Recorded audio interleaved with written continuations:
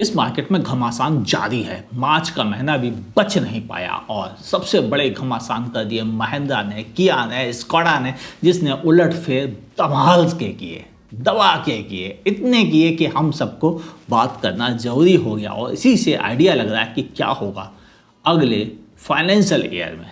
मैं हूं आपका होस्ट अमित और आप देख रहे हैं आस्क कार गुरु। शुरुआत कार की सेल्स फिगर से। मैन्युफैक्चर सिट्रन 14th पोजीशन पे 52 यूनिट बेचे हैं, पिछले साल लॉन्च नहीं हुई थी। 13 नंबर पर है जीप, जिसने अभी हाल में मेरिडियन को शोकेस किया है, वही कमांडर वर्ल्ड वाइड जानते हैं हमसे। 1273 यूनिट, पिछले साल के मुकाबले 6% सेल घट गई है। 12th पोजीशन पर है निसान मोटर्स 3007 यूनिट, पिछले साल के मुकाबले 25% सेल गिर गई है। 11th पोजीशन पर है फॉक्सवैगन 3672 यूनिट, पिछले साल के मुकाबले 81% की ग्रोथ मिली है, गुड जॉब। 10th पोजीशन पर है MG मोटर्स 4721 यूनिट, पिछले साल के मुकाबले सेल इनकी भी 15% कम हुई है। 9th पोजीशन पर है स्कोडा 5649 यूनिट, पिछले साल मार्च के मंथ के मुकाबले 387% की ग्रोथ मिली है। सबसे बड़ी ग्रोथ स्कोडा के ही हाथ लगी है इस साल मार्च के मंथ में। 8th पोजीशन पे है होंडा 6589 यूनिट, पिछले साल के मुकाबले इनकी सेल भी 7% घट गई है। 7th पोजीशन पे है रेनो 8518 यूनिट, पिछले साल के मुकाबले 31% सेल गिरी है। यानी ट्राइबर क्विड दोनों अपना चार्म काफ़ी कम कर चुकी हैं, सिर्फ और सिर्फ काइगर के दम पर सेल चल रही है, जो थोड़ा सा अलग साइन है। ट्राइबर थोड़ी बहुत बिकती है लेकिन बहुत ज़्यादा नहीं। क्विड को सेल क्यों नहीं मिल रही है, यह ताज्जुब की बात है। 6th पोजीशन पर है टोयोटा 17,130 यूनिट, पिछले साल के मुकाबले 14% सेल ज़्यादा मिली है, थैंक्स टू ग्लांजा, उसकी डिलीवरी स्टार्ट हुई। बढ़ते हैं 5th पोजीशन पे है किया मोटर्स, 4th से 5th पर पहुंच गए। 22,622 यूनिट, पिछले साल के मुकाबले 18% सेल इंक्रीज हुई है। 4th पोजीशन पर महिंद्रा 27,386 यूनिट, और पिछले साल के मुकाबले इनको लगभग 64% की ग्रोथ मिली है ना। XUV 700 का कमाल, और इसके अलावा XUV 300 भी अच्छा परफॉर्म कर रही है। और बाकी बचा खुचा बोलेरो स्कॉर्पियो तो जिंदाबाद है ही। 3rd पोजीशन पर टाटा मोटर्स 42,295 यूनिट, पिछले साल के मुकाबले 43% की ग्रोथ मिली है इनको, और थैंक्स टू पंच नेक्सॉन, इन दोनों ने काफ़ी अच्छी मार्केट पकड़ ली है। 2nd पोजीशन पर है Hyundai 44,600 यूनिट, पिछले साल के मुकाबले 15% सेल घट गई है। थैंक्स टू i10 i20 जो काफ़ी पिछड़ गई हैं, जो टॉप 10 में रेगुलर रहा करती थी वो उससे अब बाहर हो रही हैं। 1st पोजीशन पे एज यूजुअल 1,33,861 यूनिट, अपने नियरली कंपटीटर से लगभग 3 गुनी ज़्यादा सेल। पिछले साल के मुकाबले इनको भी 8% का लॉस हुआ है, उसके बावजूद भी है अभी भी 3 गुनी ज़्यादा सेल कर रहे हैं अपने नियरेस्ट कॉम्पिटिटर होंडा से। बहुत ज़बरदस्त मार्केट है मारुति सुजुकी के पास, जिसको पकड़ पाना आसान नहीं है बाकी सबके लिए। चलिए अब बात करते हैं टॉप 25 कार कौन कौन सी हैं। 25th पोजीशन पर है इग्निस 4,472 यूनिट, 24th नंबर पर है i20 एलीट या i20 4,693 यूनिट, पिछले साल के मुकाबले 48% सेल गिरी है, मैंने बताया था ना अभी। 23rd नंबर पर अल्टोज 4,727 यूनिट, यानी इसकी सेल i20 की सेल से ज़्यादा हो गई है, ग्रेट। 22nd नंबर पर है XUV 700 6,040 यूनिट बेचे हैं इन्होंने, और यह पहुंच गई है टॉप 22 में, गुड जॉब। मुझे मालूम था कि यह गेन करेगी क्योंकि सप्लाईज अब इसकी रेगुलर होनी शुरू हो जाएंगी। 21 नंबर पर स्कॉर्पियो 6,061 यूनिट, बेहतरीन परफॉर्म कर रही है अभी भी, जबकि इस कार को ऑलरेडी 20 साल हो चुके हैं, ग्रेट गोइंग। मैंने नहीं देखा किसी जनरेशन के 20 साल हो गए हों और उसके बावजूद वह इतना बेहतरीन परफॉर्म कर रही हो। इस बात के लिए स्कॉर्पियो की तारीफ करनी बनती है। उसका वजह है उसका टाइमलेस डिज़ाइन, कि वह डिज़ाइन आज भी लोगों को खूबसूरत लगता है, बेहतरीन बॉक्सी लगता है और इसीलिए स्कॉर्पियो आज भी इंडियंस के दिलों पर राज करती है 20 साल बाद। ना जाने 3 तरह की स्विफ्ट आ गई, 5 तरह की होंडा सिटी आ गई, 3 इनोवा आ गई, 4 इनोवा आ गई, लेकिन स्कॉर्पियो वही की वही है, फिर भी बिक रही है। Good job. 20th नंबर पर है सेलेरियो 6442 यूनिट, पिछले साल के मुकाबले 36% सेल बढ़ गई है।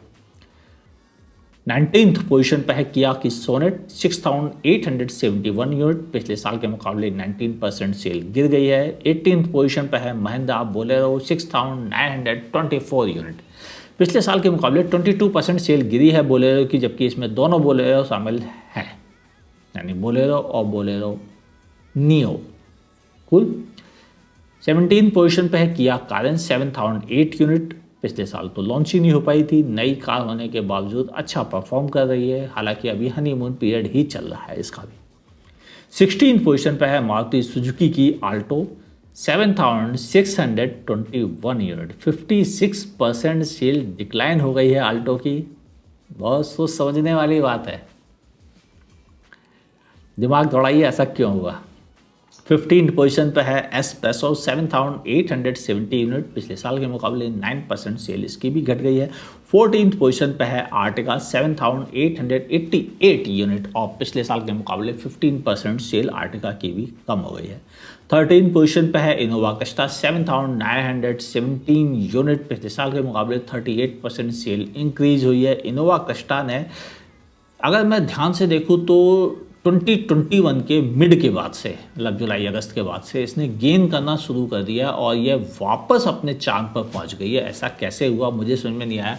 ना सफारी वहां पहुंच पाई, ना XUV 700 पहुंच पाई, ना हेक्टर प्लस पहुंच पाई, ना ही अल्काजा वहाँ पहुंच पाई, जहां इनोवा क्रिस्टा फिर कब्जा बना के बैठ गई। हाँ, ये अलग बात है कि उसके कॉम्पिटिटर्स भी कम हो गए, जैसे अल्टोस G4 या आपका एंडेवर।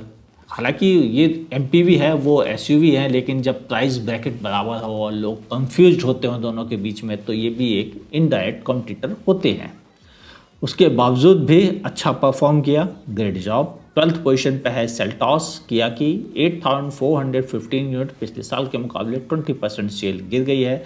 11th पोजीशन पे है होंडाई वेन्यू 9220 यूनिट, पिछले साल के मुकाबले 14% सेल डाउन हुई है।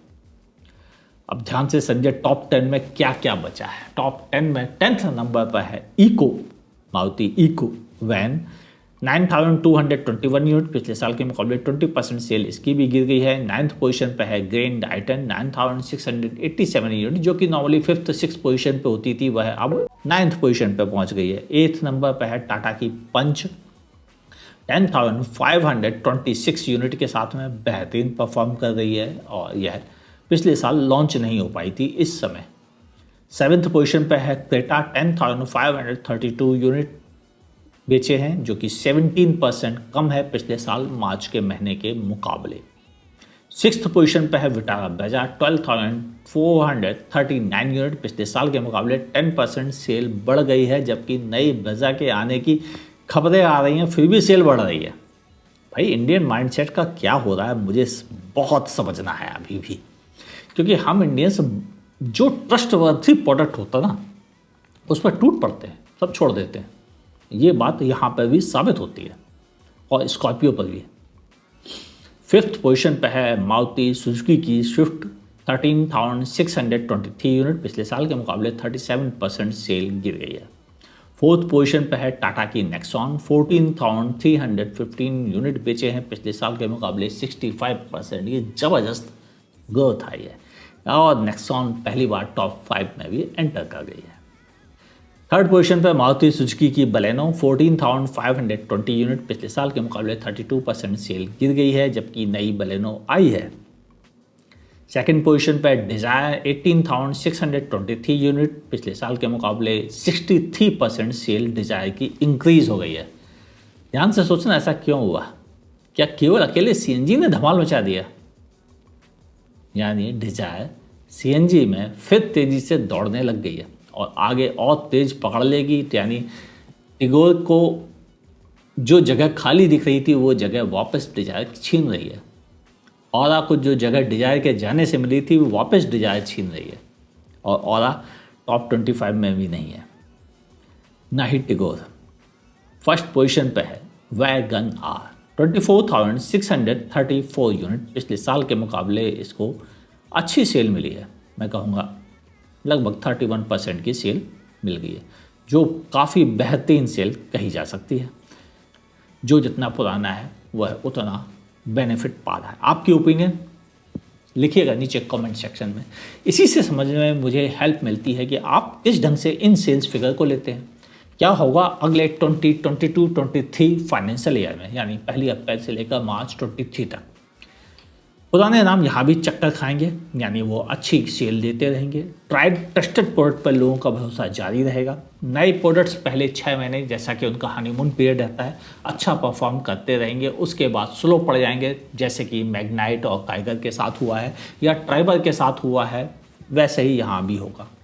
यानी प्रोडक्ट जब तक नया रहेगा तब तक बेहतरीन परफॉर्म करता रहेगा अगले 6-7 महीने तक, चाहे वो होंडा सिटी ही क्यों ना हो।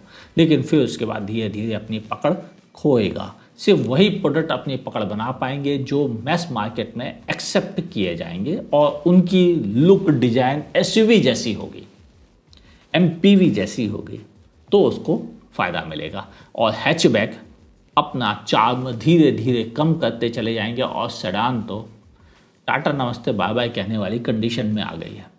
फिर भी स्लाविया, वर्टस जैसी नई सेडान आ रही हैं जो चौंका रहा है कंपनीज के डिसीजन को लेकर। देखते हैं क्या इन नई कारों के आने से कुछ फ़र्क पड़ेगा। लिखिएगा, वो भी मुझे अच्छा लगेगा आपके विचारों को जानकर। वीडियो अच्छा लगा हो तो लाइक कीजिएगा, नहीं अच्छा लगा हो डिसलाइक कीजिएगा। सेल्स फिगर किसी की कम किसी की ज़्यादा मैं कुछ नहीं कर सकता, ये तो आप जो खरीदेंगे वो हम सिर्फ मुँह से बताएंगे और कुछ नहीं। तो अगर आपको कोई रीजन हो तो प्लीज़ लाइक करने में संकोच ना कीजिएगा। फेसबुक पे देखा है तो मेरे पेज को लाइक कीजिए, फॉलो करना ना भूलिए। यूट्यूब पे देखा है तो मेरे चैनल को सब्सक्राइब कीजिए, बगल में दी हुई नोटिफिकेशन बेल दबाना ना भूलिएगा। मुलाकात होगी ऐसे ही किसी शानदार वीडियो के साथ। देखते रहिए आज का